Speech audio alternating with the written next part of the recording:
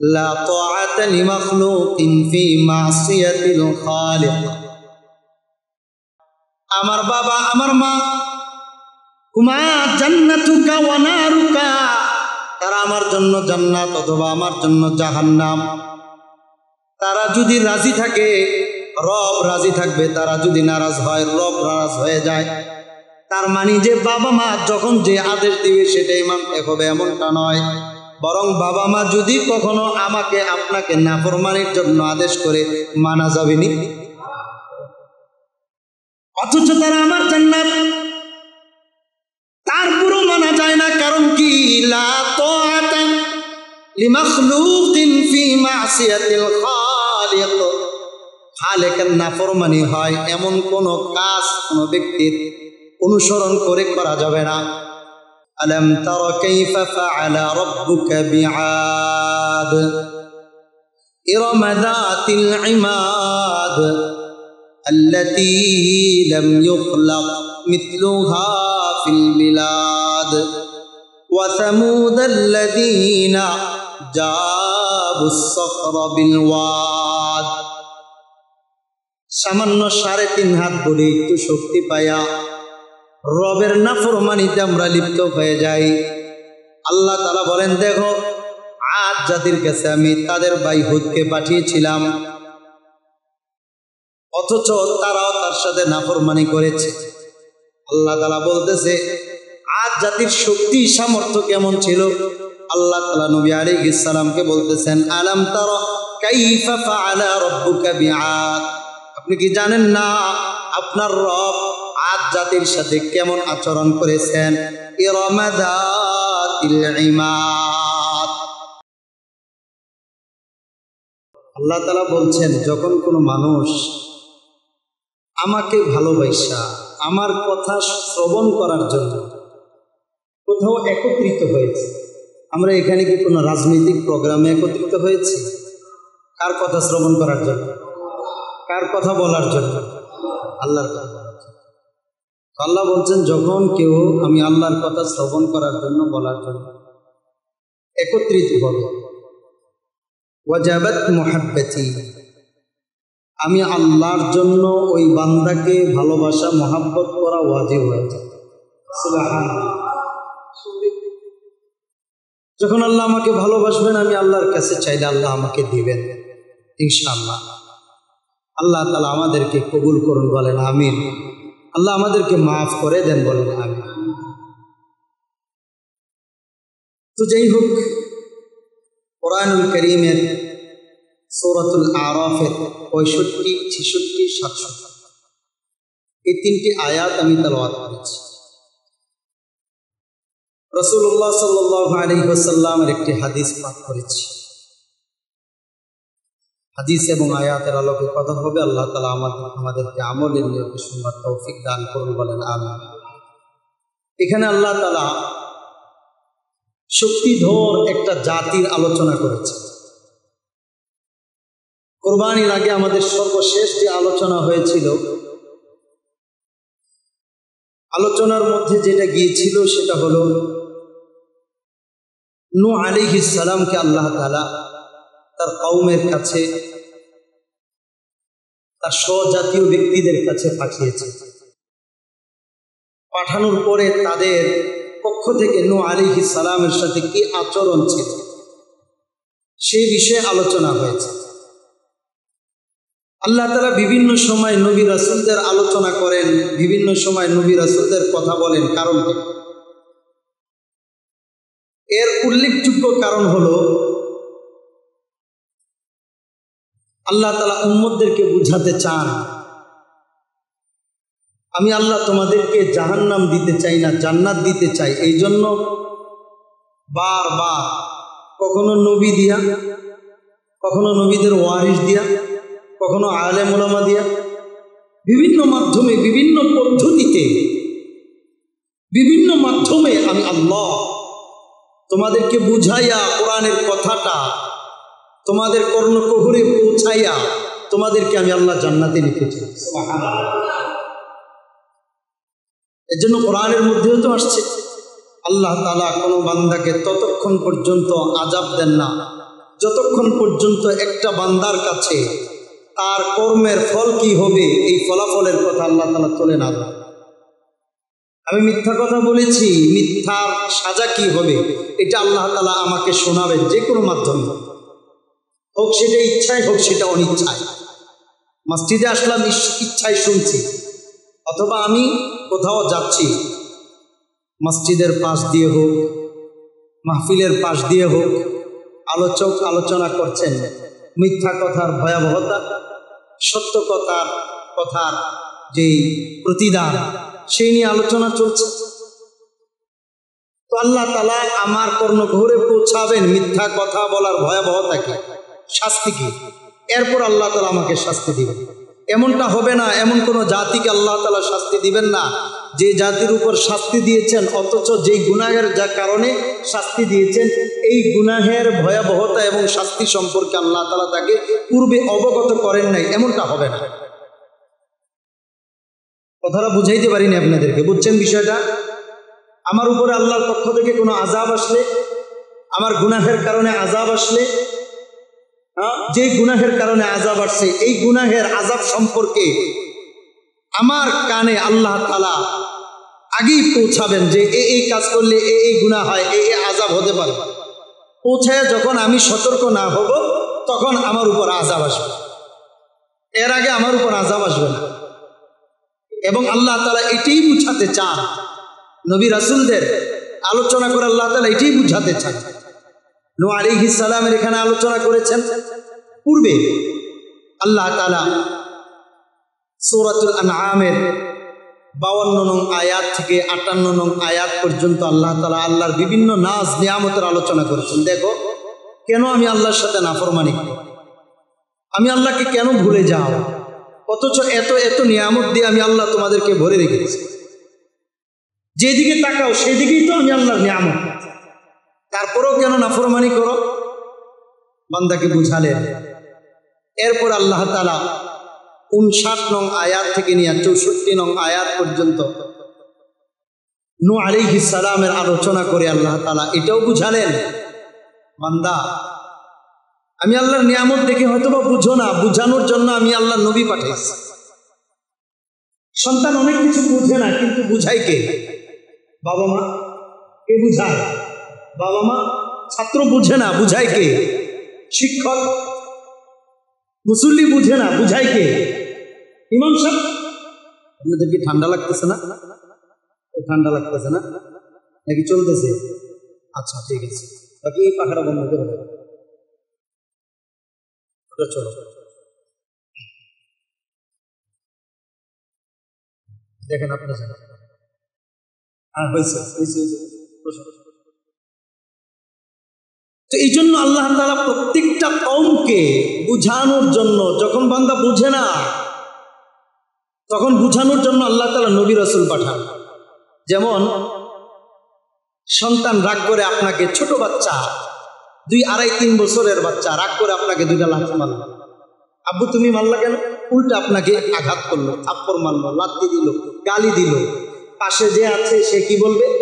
বাবাকে মারতে হয় না, বাবাকে বকা দিতে হয় না, বাবা বড়, বাবাকে মারতে বলে না।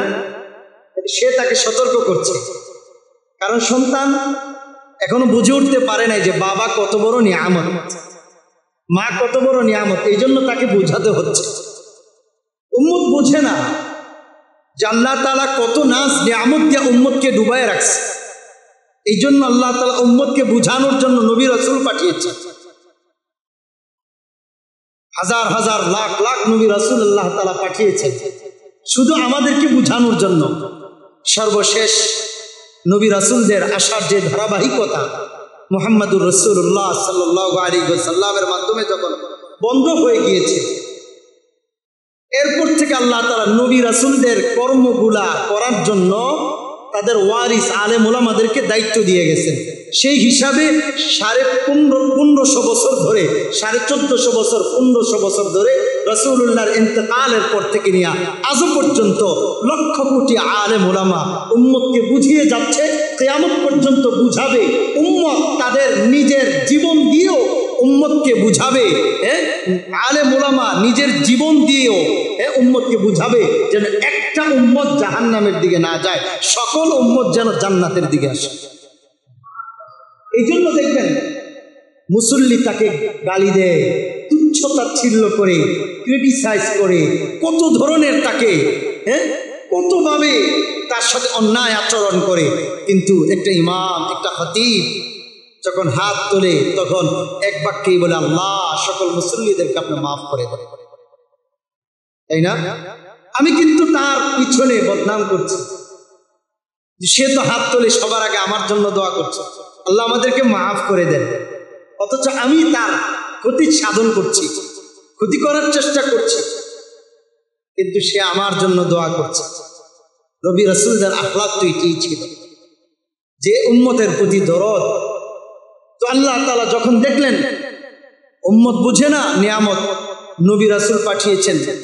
এই জন্য নূহ আলাইহিস সালামের আলোচনা করেছেন, বলেছেন নূহ আলাইহিস সালাম বারবার দাওয়াত দিয়েছেন, শোনো, ইয়া কওম উবুদুল্লাহ মা লাকুম মিন ইলাহিন গায়রু, আল্লাহর গোলামি করো, আল্লাহর ইবাদত করো, আল্লাহ ছাড়া কোনো ইলাহ নেই।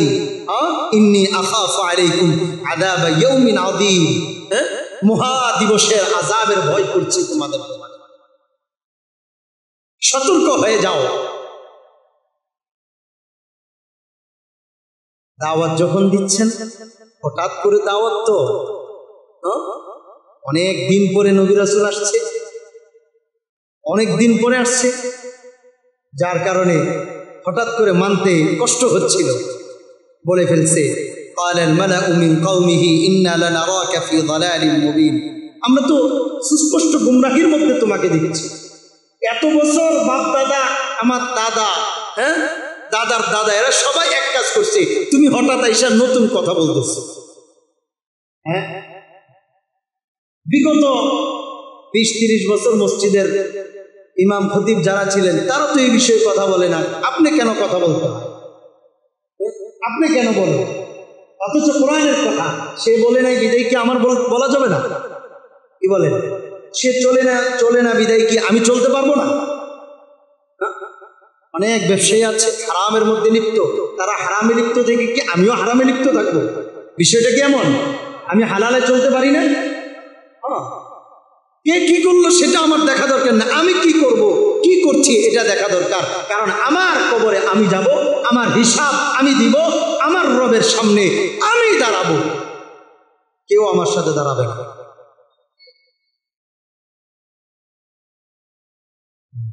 আমার কর্মের ফল আমি পাবো। এই জন্য আল্লাহ তাআলা বলেন, ওয়া আন্না সা'য়াহু সাওফা ইউরা, যা করবো, যা চেষ্টা করবো, এটা আমারটা আমি পারবো। ওয়ালা তাজিরু ওয়াজিরাতু উযরা উখরা, আমার পাশের দোকানদার ব্যবসায়ী আমার পাপের বোঝা নিবে না, আমার ভাই আমার পাপের বোঝা নিবে না, আমার বাবা আমার পাপের বোঝা নিবে না। আমার পাপের বোঝা আমার নিতে হবে, আমারটা কেউ নিবে না। দাওয়াত দিলেন, কয়শো বছর দাওয়াত দিলেন? নূহ আলাইহিস সালাম কয়শো বছর দাওয়াত দিলেন? বলেন 950 বছর। 950 বছর দাওয়াতের ফসল কি আসলো? কয়জন? আরে গতবার বলি নাই, মুখস্থ নাই, কয়জন? 40 জন। এও আবার 40 জনের মধ্যে নিজের বাচ্চা ছিল কয়জন? 3 জন। তাহলে তার মানে 950 বছরের ফসল মাত্র 37 জন। 950 বছর দাওয়াত দিছে, ফসল হয়েছে কয়টা? 37 জন। 40 জনের মধ্যে 3 জনই তো নিজের পরিবারের, আর 37 জন হলো কওমের বিভিন্ন জায়গায়। 950 বছর দাওয়াত দিয়া এরপর আল্লাহর কাছে বলছেন, আল্লাহ এরা তো আমার কথা শুনছে না, মানছে না, এদেরকে রেখে লাভ কি? খারাপের ঘরে তো খারাপই হবে, শেষ করে দেন। রব্বি লা তাদার আলাল আরদি মিনাল কাফিরিনা দিয়ারা ইন্নাকা ইন তাদারহুম ইউদিল্লু ইবাদাক, এদেরকে ছেড়ে দিয়ে লাভ কি? শেষ করে দেন। আল্লাহ তাআলা সেই নূহ আলাইহিস সালামের কথা বলেছেন, যখন দাওয়াত দিয়েছেন তখন বলেছেন, তোমার মাঝে গুমরাহি দেখছি, তুমি আমাদের বাপ দাদার বিরুদ্ধে কথা বলছো, এভাবে যখন বলছেন, সর্বশেষ নূহ আলাইহিস সালাম একটা কথা বললেন। কি? আল্লাহ তাআলা বলতেছেন, আওয়াজিবতুম আন জাআকুম যিকরুম মির রাব্বিকুম আলা রাজুলিম মিনকুম লিয়ুনদিরাকুম ওয়া লিতাত্তাকু ওয়া লাআল্লাকুম তুরহামুন। কেন আমার কথা মানতে তোমাদের সমস্যা কোথায়? আমার কথা মানতে সমস্যা কোথায়? তোমার গোত্রেরই তো লোক, তোমাদের সামনেই তো আমি বড় হয়েছি, আমার কথা মানতে তোমাদের সমস্যা কোথায়? আমরা অনেক সময় মানতে চাই না। তার কথা মানবো কেন? সে তো আমার থেকে ছোট। তার কথা মানবো কেন? সে তো আমার থেকে গরিব। তার কথা মানবো কেন? সে তো আমার থেকে নিম্ন শ্রেণীর। আমরা বিভিন্ন ক্যাটাগরি দেখি, সে কোন কোয়ালিটি এটা দেখি, কিন্তু এইটা দেখি না তার জবান দিয়ে কোন কথা বের হচ্ছে। কোন কথা বের হচ্ছে এটা দেখি না। এজন্য আরবিতে একটা প্রবাদ বাক্য আছে, কে বলছে সেটা দেখো না, কি বলছে সেটা দেখো। কে বলছে সেটা দেখো না, কি বলছে সেটা দেখো। কারণ একটা ছোট মানুষের জবান দিয়েও আল্লাহর কথা বের হতে পারে, আবার একজন বড় ব্যক্তির জবান দিয়েও নাফরমানির কথা বের হতে পারে না। এই জন্য ব্যক্তি না, বরং জবান দিয়ে কি কথাটা বের হচ্ছে সেটা দেখেন। সেই কথাটা কি রবের কথা কিনা, কোরআনের কথা কিনা, হাদিসের কথা কিনা। কোরআনের কথা সে যতই ছোট হোক এটা আমি মানতে বাধ্য। কোরআনের কথা না, সে যত বড়ই হোক আমি সেটা মানবো না। সে যত বড়ই হোক কোরআনের কথা না, আমি সেটা মানবো না। কারণ রাসূলুল্লাহর হাদিস আছে, লা তাআতা লিমাখলুকিন ফি মাসিয়াতিল খালিক। রবের নাফরমানি করতে গিয়া কোনো ব্যক্তির আনুগত্য করা যাবে না। আমার বাবা, আমার মা, কুমা জান্নাতুকা ওয়া নারুকা, তারা আমার জন্য জান্নাত অথবা আমার জন্য জাহান্নাম। তারা যদি রাজি থাকে রব রাজি থাকবে, তারা যদি নারাজ হয় রব নারাজ হয়ে যায়। তার মানে যে বাবা মা যখন যে আদেশ দিবে সেটাই মানতে হবে এমনটা নয়, বরং বাবা মা যদি কখনো আমাকে আপনাকে নাফরমানির জন্য আদেশ করে মানা যাবে নি, অথচ তারা আমার জান্নাত, তারপরও মানা যায় না। কারণ কি? লা তাআতা লিমাখলুকিন ফি মাসিয়াতিল খালিক। খালেকের নাফরমানি হয় এমন কোন কাজ কোন ব্যক্তির অনুসরণ করে করা যাবে না। এই জন্য কে কি বলছে কথাটা দেখব, কিন্তু কোন ব্যক্তি বলছে ব্যক্তি দেখব না। যদি ব্যক্তির মাধ্যমে, একজন বেঈমানের মাধ্যমেও যদি বেঈমানের জবান দিয়ে কোরআনের কথা বের হয়, কথা কিন্তু সত্য, কিন্তু কোন মুসলমানের জবান দিয়া যদি কোরআনের বিরুদ্ধে কথা হয় এটা সত্য হতে পারে না। কথা বাস্তব না অবাস্তব? এই জন্য অনেক সময় আমরা মানতে নারাজ। ইমাম সাহেব হুজুর কইছে তো, হুজুর তো কত কথাই কইব, এটা কি মানতে হয় না? আসলে কি সেটা এমন না? নূহ আলাইহিস সালাম এটাই বলে, আওয়াজিবতুম, তোমরা কি আশ্চর্য হয়েছো, আনজাআকুম, তোমাদের কাছে এসেছে, যিকরুম মির রাব্বিকুম, তোমাদের রবের পক্ষ থেকে উপদেশ, আলা রাজুলিম মিনকুম, তোমাদের মধ্য থেকে কোন একজন ব্যক্তির উপর। কি জন্য? রবের পক্ষ থেকে তোমাদের মধ্য থেকে কোন একজন ব্যক্তির উপর উপদেশটা এসেছে। কি জন্য? লিয়ুনদিরাকুম, ওই ব্যক্তি যেন তোমাদেরকে সতর্ক করে, ওয়ালিতাত্তাকু, সতর্ক শুই না তোমরা নিজেরা নিজেদেরকে বাঁচায় রাখবা গুনাহ থেকে। যদি এইভাবে তোমরা চলতে পারো, যারা যেই ব্যক্তির উপর আল্লাহর পক্ষ থেকে উপদেশ আসছে, ওই ব্যক্তি যখন রবের পক্ষ থেকে আসা উপদেশগুলা উম্মতকে শোনাবে, যে উম্মত মানবে, আল্লাহ বলেন ওয়ালা আল্লাকুম তুরহামুন, যদি তোমরা মানতে পারো তোমাদের উপর রহমত নাজিল করা হবে, রহম করা হবে তোমাদের উপর। রহম মানে সফল, সফলতা, রবের প্রিয় বান্দা হওয়া যাবে। কিন্তু এত করে বোঝানোর পরেও আল্লাহ তাআলা বলে ফাকাযযাবুহু ফাআনজাইনা, এরপরেও তারা নূহ আলাইহিস সালামকে মিথ্যা প্রতিপন্ন করলো, নূহ আলাইহিস সালামকে মানতে নারাজ। আল্লাহ তাআলা বললেন ফাআনজাইনা, তখন আমি নূহকে বাঁচাইলাম, মুক্তি দিলাম। ওয়াল্লাযীনা মাআহু, এবং নূহের সাথে যারা ছিল, কারা ছিল? ওই 40 জন। কারা? 40 জন। এবং প্রত্যেকটা মাখলুক থেকে জোড়ায় জোড়ায়, প্রত্যেকটা মাখলুক থেকে জোড়ায় জোড়ায়।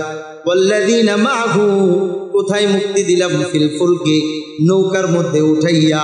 ওয়া আগরাকনাল্লাযীনা কাযযাবু বিআয়াতিনা, আর যারা নূহের কথা শুনে নাই, আমার কথা শুনে নাই, আমি তাদেরকে ডুবাইয়া তাদের জীবনটা আমি আল্লাহ শেষ করে দিয়েছি, সব শেষ করে দিয়েছি। ওয়া আগরাকনাল্লাযীনা কাযযাবু বিআয়াতিনা, ডুবিয়ে দিয়েছি। কারণ ইন্নাহুম কানু কওমান আমিন, তারা তো ছিল অন্ধ জাতি, দেখেও দেখে না, শুনেও শোনে না, জেনেও জানে না, মানতে চায় না, শুনতে চায় না, জানিনাও কেমন জানি জানে না, শুইনাও কেমন জানি কখনোই শুনে নাই। দাওয়াত দিতে যান, আমি জানি জানি জানি, জানি না মানেন না, এটা তো শয়তানের কাজ। কথা বলেন না কেন? জানি জানি, অনেক অনেক জানি। আপনি জানি নাও মানেন না, তাহলে এটা কার কাজ? আরে কথা বলেন, কথা বলেন। শয়তানকে শয়তান বললেও নেকি আছে। বলেন কার কাজ এটা? জোরে কোন না, শয়তানের কাজ। যাই না মানে না, এটা তো শয়তানের কাজ। কখন জানি, আমি অনেক জানি, তাহলে মানেন না কেন? মানেন না কেন? আল্লাহ তাআলা তো তাদের ব্যাপারে বলছে, চোখ আছে, কান আছে, সব আছে, বিবেক আছে, শুনে মানে না, চোখে দেখেও দেখে না, অন্তর দিয়া চিন্তা করার শক্তি থাকা সত্ত্বেও বিষয়টা নিয়ে অনুভব করে না, করতে নারাজ।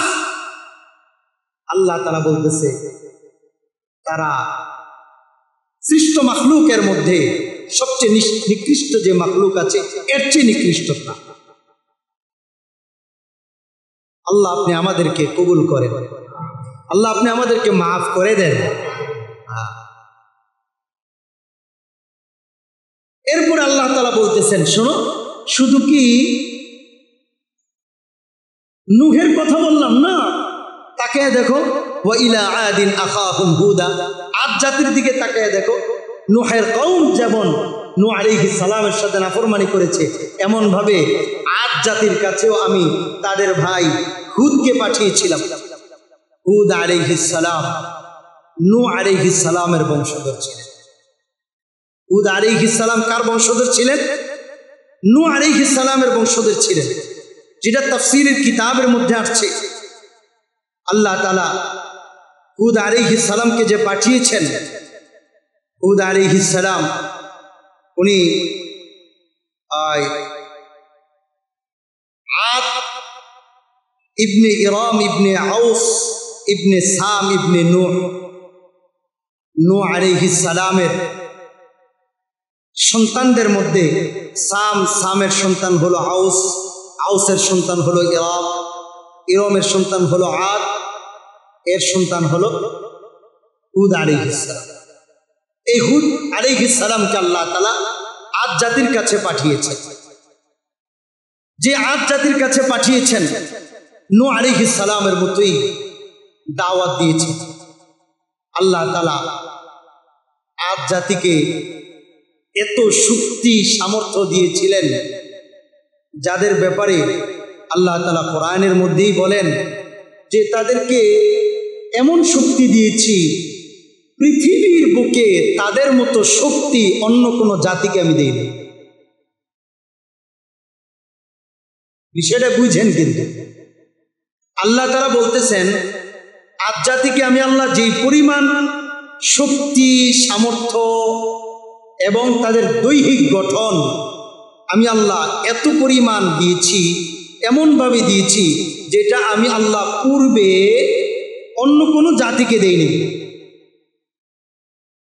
যে কথাটা বলতে গিয়ে আল্লাহ তাআলা সূরাতুল ফজরে 6, 7, 8, 9 এই আয়াতগুলোতে আল্লাহ তাআলা বলেছেন।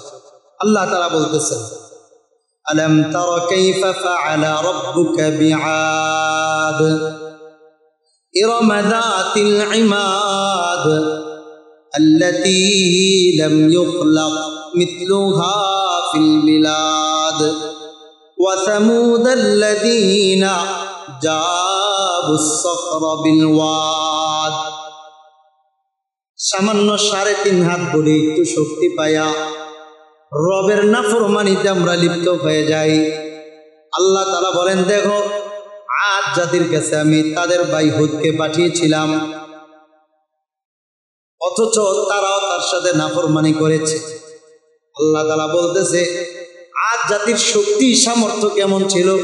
আল্লাহ তাআলা নবী আলাইহিস সালামকে বলতেছেন, আলাম তারা কাইফা ফাআলা রাব্বুকা বিআদ, আপনি কি জানেন না আপনার রব আদ জাতির সাথে কেমন আচরণ করেছেন। ইরমা যাতিল ইমাদ, আদ জাতির মধ্যে একটা গোত্র ছিল, যেই গোত্রগুলা যেই লোকগুলা খুঁটির মতো ওচা ছিল। খুঁটি চিনেননি? খুঁটি, ইমাদ খুঁটি, এক একটা খুঁটি কি ছোট থাকে না বড় থাকে? বড় বড় খুঁটি। এদের উচ্চতা ছিল এক একটা খুঁটির মতো। এখন খুঁটি কেমন হইতে পারে? কিতাবের মধ্যে আসছে। এখন পিলার কেমন হতে পারে? এখন পিলারের উচ্চতা, এক এক পিলারের উচ্চতা এক এক রকম। এই লোকটা বাঁশের মতো লম্বা, তাল গাছের মতো, কি আমরা বলি না খেজুর গাছের মতো লম্বা। বেশি লম্বা বোঝানোর জন্য আমরা কি বলি বলেন না? বলেন, তাল গাছের মতো লম্বা, তাই না? তার মানে বুঝাই কি অনেক লম্বা, তাই না? তার মানে কি তাল গাছের চেয়ে লম্বা আর কিছু নাই? কি গাছ বলেন? খেজুর গাছ। কি গাছ? জাম গাছ,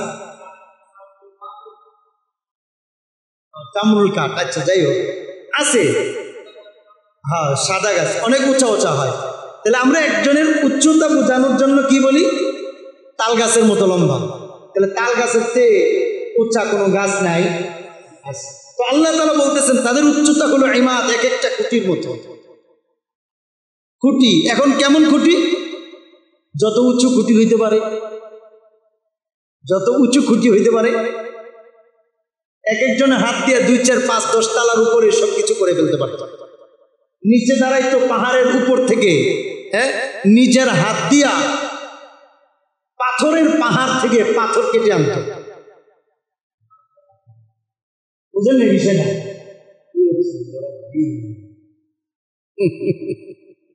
আল্লাহ করেন, আল্লাহ আমাদেরকে কবুল করেন। জোরে বলেন আমিন। হ্যাঁ, বুঝাতে চাচ্ছি, আল্লাহ বুঝাতে চাচ্ছেন। দেখেন কি বলতেছেন, তার এত লম্বা ছিল, খুঁটির মতো লম্বা।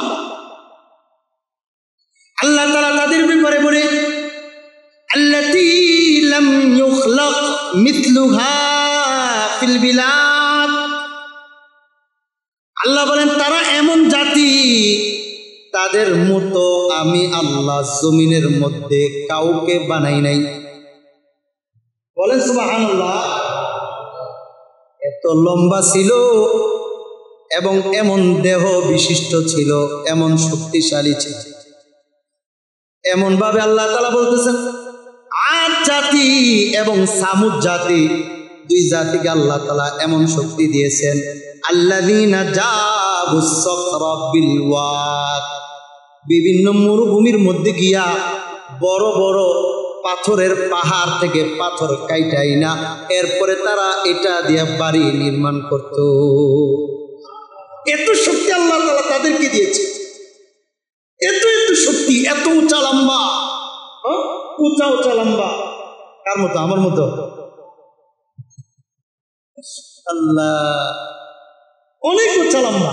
তার মানে ওই উঁচা লম্বা মানুষ এই জামানায় নাই, আমরা দেখিও নাই। এমন লম্বা মানুষ আমরা দেখিও নাই, অনেক উঁচা উঁচা। আল্লাহ তাআলা তাদের শক্তির কথা বলতে গিয়ে আল্লাহ তাআলা সূরাতুল হাক্কার মধ্যে আল্লাহ তাআলা বলেন আল হাক্কাতু মাল হাক্কা ওয়া মা আদরাকা মাল হাক্কা কাযাবাত সামুদ ওয়া আদুম বিল কারিআহ। সামুদ জাতি এবং আদ জাতি তারা আল্লাহর আযাবকে অস্বীকার করছে, আল্লাহর আযাবকে অস্বীকার করছে। ফাআম্মা সামুদ ফাউহলিকু বিত্তাগিয়া, আল্লাহ তাআলা বিভিন্ন মহামারীর মাধ্যমে সামুদ জাতিকে শেষ করে দিলেন। আর আম্মা আদ, আর আদ জাতি ফাউহলিকু বিরিহিন সরসরিন আতিয়া, আল্লাহ তাআলা আদ জাতিকে প্রচন্ড ভয়ানক একটা বাতাস দিয়া তাদেরকে আল্লাহ তাআলা দুনিয়া থেকে শেষ করে দিয়েছে, দুনিয়া থেকে শেষ করে দিয়েছে। অথচ এদের শক্তি সামর্থ্য কেমন ছিল? যদি তাফসীরের কিতাবের মধ্যে থেকে আমরা বলি, আমরা 1-150 মানুষ যেটা করতে পারি, আদ জাতির একটা লোক এর চেয়ে বেশি করত।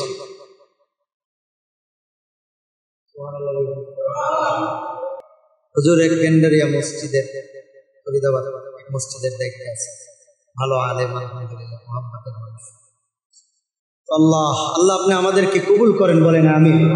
তো আমি বুঝাতে চাচ্ছি, আদ জাতি এত শক্তিধর এবং দেহের দিক দিয়া, শক্তির দিক দিয়া, কোনো দিক দিয়ে কমতি ছিল না তাদের। এত কিছু হওয়ার পরেও আল্লাহ তাআলা বলতেছে সামান্য বাতাস দিয়ে তাদেরকে শেষ করে দিচ্ছে। সুবহানাল্লাহ। কি দিয়া? বাতাস দিয়া। আর আমরা কত অহংকার করি, কত দাপট দেখাই, অমুক তমুক কত কিছু। সামান্য একটা বাতাস আসলেই তো বাতাসের গতির সাথে নিজেকে কুলাতে পারবো, ধরে রাখতে পারবো। এই কথাই বলতে গিয়ে আল্লাহ তাআলা বলেন সাখখারাহা আলাইহিম সাবআ লায়াল ওয়া সামানিয়াতা আইয়াম।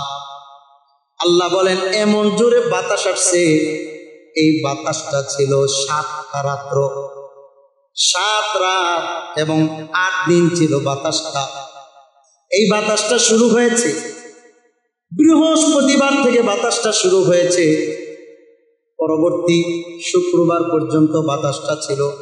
বৃহস্পতি, শুক্র, শনি, রবি, সোম, মঙ্গল, বুধ,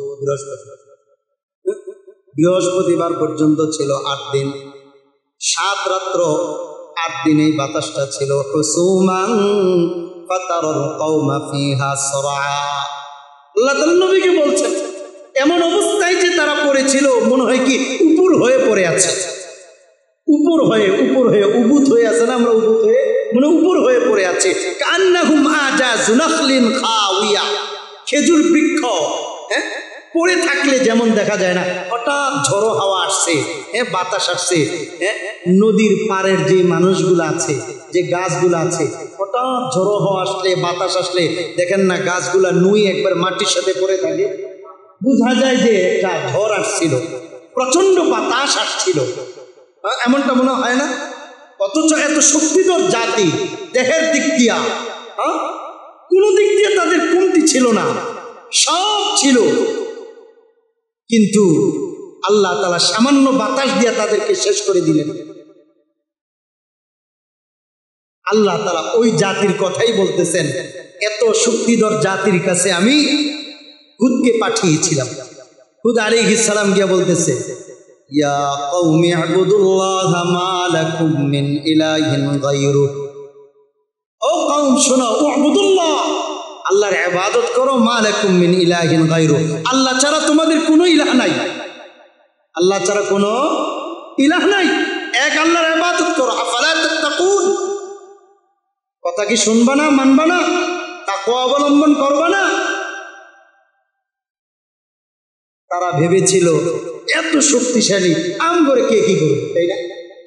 নূহ আলাইহিস সালাম যখন তার সন্তানকে বলছিলেন, ও সন্তান আসো বাবা আসো, প্রচন্ড প্লাবন যখন শুরু হবে তুমি শেষ হয়ে যাইবা। কিন্তু সন্তান কি বলেছিল, বাবা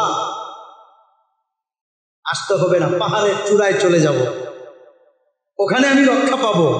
বাবা বললেন, না, আজকে পাহাড়ের চূড়াও শুকনো থাকবে না, ওইটাও ভিজে যাবে, ওইটার উপর দিয়েও পানি প্রবাহিত হবে।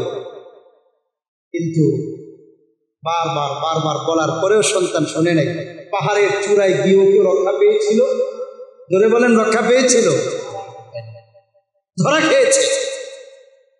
আজও মুসলিম উম্মার উপর বিভিন্ন সময় ইয়াহুদি জাতি ইসরায়েল বিভিন্ন সময় আক্রমণ চালায়, কখনো ফিলিস্তিন, কখনো ইরান, আবার কখনো অন্য মুসলিম রাষ্ট্রকে হুমকি ধামকি দেয়।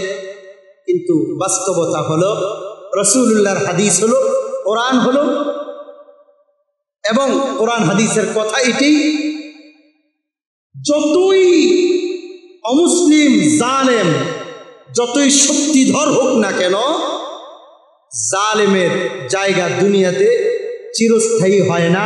আল্লাহ তাআলা জালেমের পতন ঘটাইয়া মজলুমের বিজয় আল্লাহ তাআলা দিয়ে, সুবহানাল্লাহ। এবং এটাই বাস্তব। আমরা যদিও দেখি এদের উন্নতি প্রযুক্তি, কোনো কিছুর অভাব নাই, সব প্রযুক্তি তাদের কাছে। ইরান যদি 100টা মিসাইল মারে, ক্ষেপণাস্ত্র মারে, তাদের যে ক্ষতি হয়, তারা 2টা মারলে ইরানের এর চেয়ে বেশি ক্ষতি হয়। প্রযুক্তি ভালো, কারণ তাদেরটা দেশে ইসরায়েলে যাওয়ার আগেই ধ্বংস করে দেয়, আকাশ সীমার কাছে যেতেই ধ্বংস করে দেয়, শেষ করে দেয়, কারণ তাদের এই প্রযুক্তি আছে। তারা ভাবছে যে আমরাই শক্তিধর, কিন্তু রাসূলুল্লাহর হাদিস প্রমাণ করে না, বরং তাদের যতই প্রযুক্তি থাকুক তারাও জানে তাদের ধ্বংস অনিবার্য, তাদের ধ্বংস নিশ্চিত। এজন্য মজার একটা হাদিস রাসূলুল্লাহ সাল্লাল্লাহু আলাইহি ওয়াসাল্লামের হাদিসের মধ্যে আসছে, তারা কিয়ামতের আগে এমন একটা অবস্থা হবে যে সবকিছু বলে দিবে, তারা যেখানেই লুকাবে ওই জায়গায় বলে দিবে, এই আমার মধ্যে ইহুদি আছে, ওই মুসলমান আমার মধ্যে ইহুদি আছে, দেখ তাকে মার, আমার মধ্যে ইহুদি আছে তাকে মার। এজন্য সম্ভাব্য গারকাত একটা গাছ আছে, তাদের বিভিন্ন জায়গায় বিভিন্ন অঞ্চলে তারা এই গাছটা বেশি বেশি বেশি বেশি করে লাগায়, যেটাকে ইহুদি গাছ বলা হয়। এই গাছের ছায়ায় অথবা গাছের আড়ালে যদি তারা লুকিয়ে যায়, ওই গাছ তাদের ব্যাপারে বলবে না। জন্য রাসূলুল্লাহ বলেছেন, এই গাছটাই ইহুদি গাছ, এই গাছটাই ইহুদি গাছ। এই গাছের ছায়ায় অথবা আড়ালে যখন তারা লুকাবে, এই গাছ তাদের ব্যাপারে বলবে না এখানে ইহুদি আছে। অথবা ঘরের মধ্যে থাকলে, অন্য কোনো গাছের আড়ালে থাকলে, জঙ্গলেও যদি থাকে, জঙ্গলের জবান খুলবে, জঙ্গলে বলবে, ও মুসলমান আমার মধ্যে ইহুদি আছে, রবের নাফরমান আছে এখানে, তাকে ধরো, শেষ করো। রবের পক্ষ থেকে তো ফয়সালা আসবে, শেষ হয়ে যাবে। আল্লাহ তাআলা আমাদের সকলকে, মুসলিম উম্মাহকে আল্লাহ তাআলা বিজয় দান করুন, বলেন আমিন। আল্লাহ তাআলা ইরানকে বিজয় দান করুন, বলেন আমিন। ইহুদি অমুসলিম নাফরমান যারা যারা মুসলমানদের উপর নির্যাতন চালাচ্ছে, আল্লাহ তাআলা যেন আমরা জীবিত থাকতেই যেন আল্লাহ তাআলা আমাদেরকে তাদের পরাজয়টা দেখান, বলেন আমিন।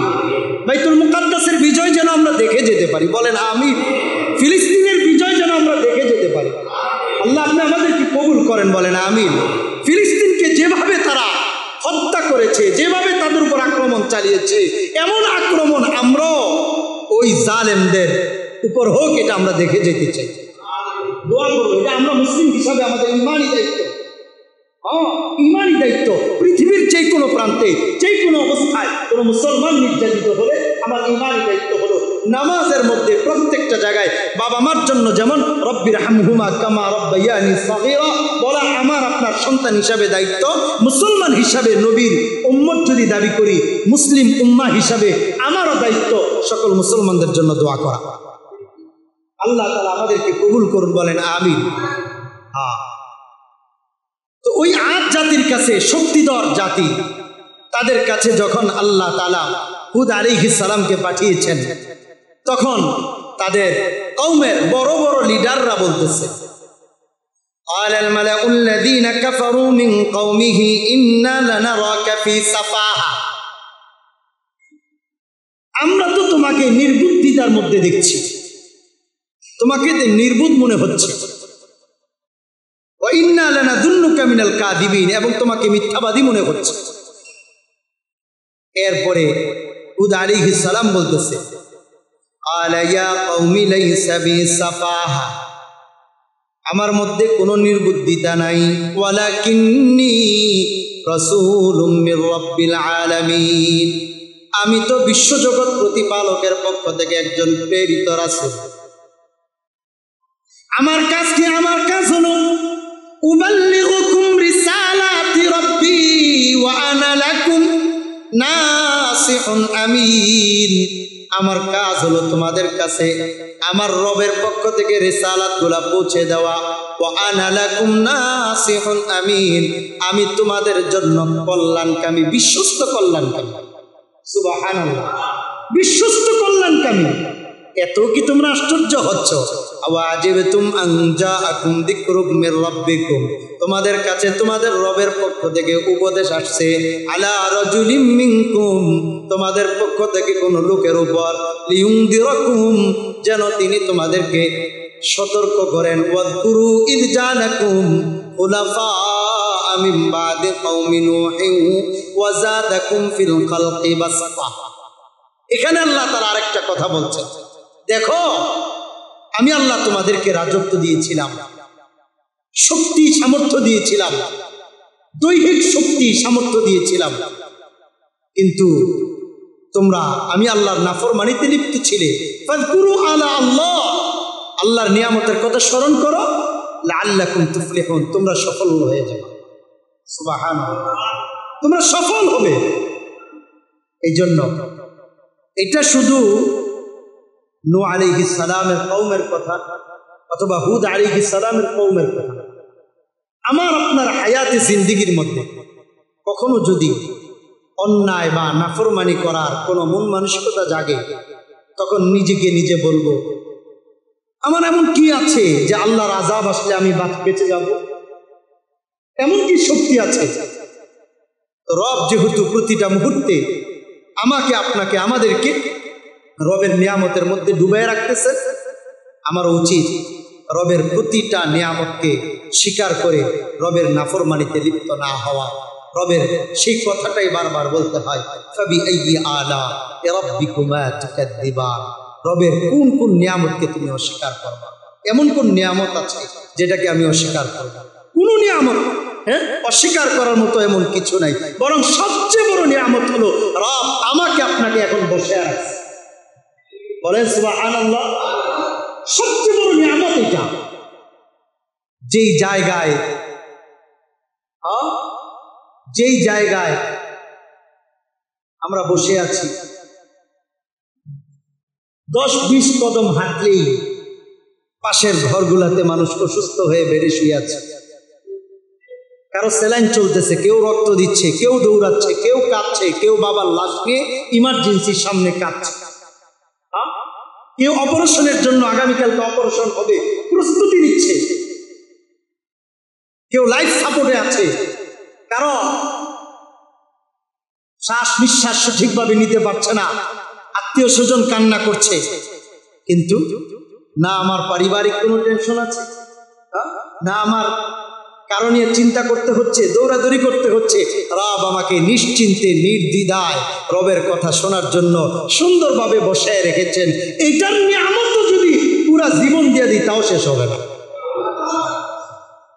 আল্লাহ তাআলা আমাদেরকে কবুল করুন, আমিন। রবের নাফরমানি থেকে বেঁচে থাকবার তৌফিক দান করুন, আমিন। ওয়া মা তাওফীকি ইল্লা বিল্লাহ। সকলে